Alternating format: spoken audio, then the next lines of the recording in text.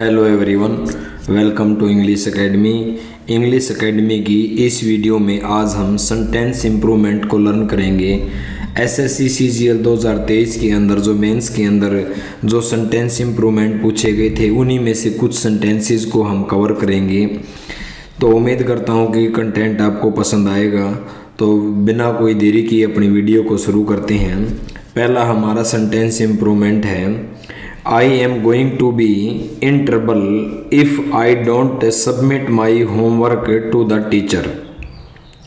तो यहाँ पर ये बोला गया है कि यदि मैं टीचर के पास अपने होमवर्क को अगर सबमिट नहीं करता हूँ तो मैं मुसीबत में पड़ जाऊँगा। ठीक है, अब यहाँ पर क्या सेंटेंस इम्प्रूवमेंट के अंदर मोस्टली है ना ग्रामेटिकल बेस आते थे, लेकिन आजकल है ना सेंटेंस इम्प्रूवमेंट के अंदर सिनोनिम्स एंटोनियम बेस दे देते हैं या फिर जो है प्रपोजिशनल बेस दे देंगे या इडियम फ्रेज बेस दे देते हैं।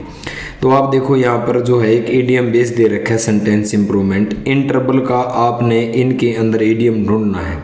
ठीक है, तो यहाँ पर in lion share a devil's advocate of bear या up to the creek, up to creek. तो यहाँ पर इन ट्रबल का आ जाएगा इडियम अप टू क्रिक, ये इसका एग्जैक्ट आंसर आ जाएगा।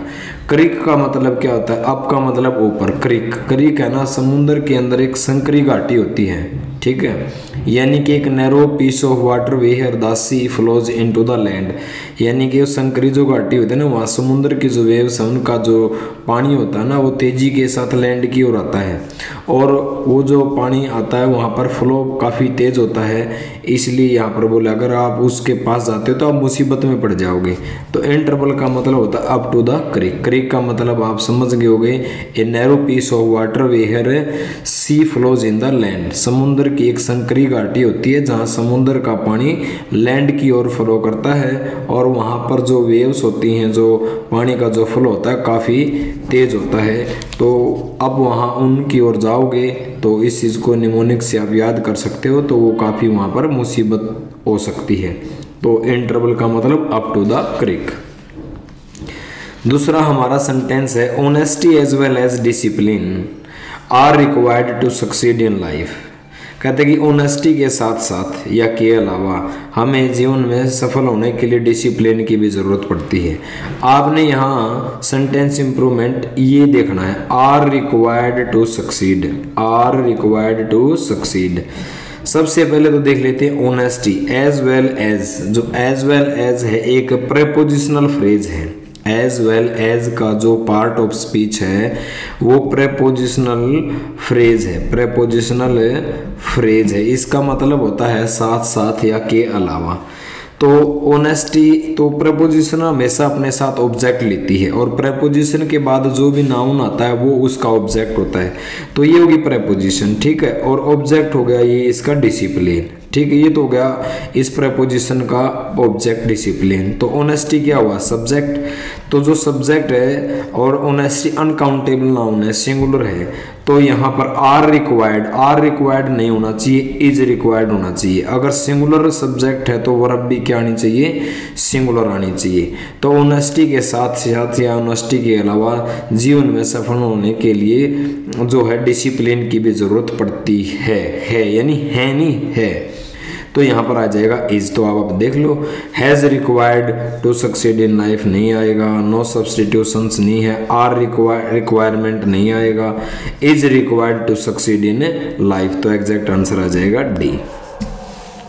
तीसरा हमारा जो सेंटेंस है, द कंपनी डिसाइडेड, कंपनी ने फैसला किया, ठीक है, to sell their stake. Stake का मतलब होता है अपने जो भी शेयर थे, इन देयर सब्सिडियरी। ठीक है, अपने उसके जो सब्सिडियरी थी, सब्सिडियरी का मतलब होता है बिजनेस कंपनी होती है जो बिलोंग करती है और जो कंट्रोल करती है अपने उसको, कोई लार्जर बड़ी कंपनी उसको कंट्रोल करती है, उसको सब्सिडियरी कहा जाता है। ठीक है, यानी कि एक व्यापारिक कंपनी जो बड़ी कंपनी के अंतर्गत यानी कि उसको वो कंट्रोल करती है, नियंत्रित करती है व्यवसाय, ये उसकी अपने खुद की सब्सिडियरी होती है। तो देख लेते हैं एक बार, it was under the massive debt, क्योंकि कंपनी बहुत बड़े कर्ज में थी तो उसने फैसला किया कि वो अपने जो हैं जो भी अपने स्टेक है, शेयर है, अपनी ही सब्सिडरी में से उसको बेच देगी। तो देखते हैं सबसे पहले इसको, द क्या है? आर्टिकल है और ये क्या है? नाउन है, यानी कि द कंपनी क्या है? सब्जेक्ट। डिसाइडेड फैसला किया वर्ब की मेन वर्ब है, सेकंड फॉर्म है। टू सेल वर्ब की जो है फर्स्ट फॉर्म यानी कि टू प्लस वर्ब की फर्स्ट फॉर्म इन्फिनेटिव है। Sell their stake in their subsidiary, आपने इसमें जो है इम्प्रूवमेंट करना है। तो सबसे पहले देखते हैं कि जो कंपनी है ना ये सिंगुलर है, ठीक है, तो ये सेल करेगी, बेचेगी, देर नहीं आना चाहिए, कंपनी की जगह इट्स आना चाहिए, इट्स स्टेक अपने शेयर्स को, ठीक है, और देर ये तो फिर प्लूरल हो गया, ठीक है, तो इसकी जगह जो प्रोनाउन आया है ये यहाँ पर भी इट्स होना चाहिए, इट। तो the company decided to sell जो है बेचने का फैसला किया इसने इट्स स्टेक अपने शेयर को इन इट्स सब्सिडियरी, इसकी अपनी जो सब्सिडियरी थी उसी के अंदर से उसने बेचने का फैसला किया। तो देख लेते हैं इसके अंदर ऑप्शन क्या क्या है। सेल देयर, देयर तो आएगा नहीं क्योंकि कंपनी जो सिंगुलर है, ठीक है, यहाँ पर देर दे दिया, यहाँ इट्स दे दिया, ये तो बिल्कुल भी मैच नहीं करता है। सेल इट्स स्टेक, यहाँ पर सिंगुलर है लेकिन यहाँ प्लूरल दे दिया, ये भी ठीक नहीं है। सेल इट्स स्टेक, इट्स आ गया ना, इन इट्स, और यहाँ पर भी इट्स, यहाँ पर पॉजेसिव केस में आ गया, तो यानी कि इसने अपने ही शेयर में से अपनी सब्सिडियरी को बेचने का फैसला किया। नो सब्सटीट्यूट ये तो है नहीं, तो आंसर आ जाएगा सी ऑप्शन।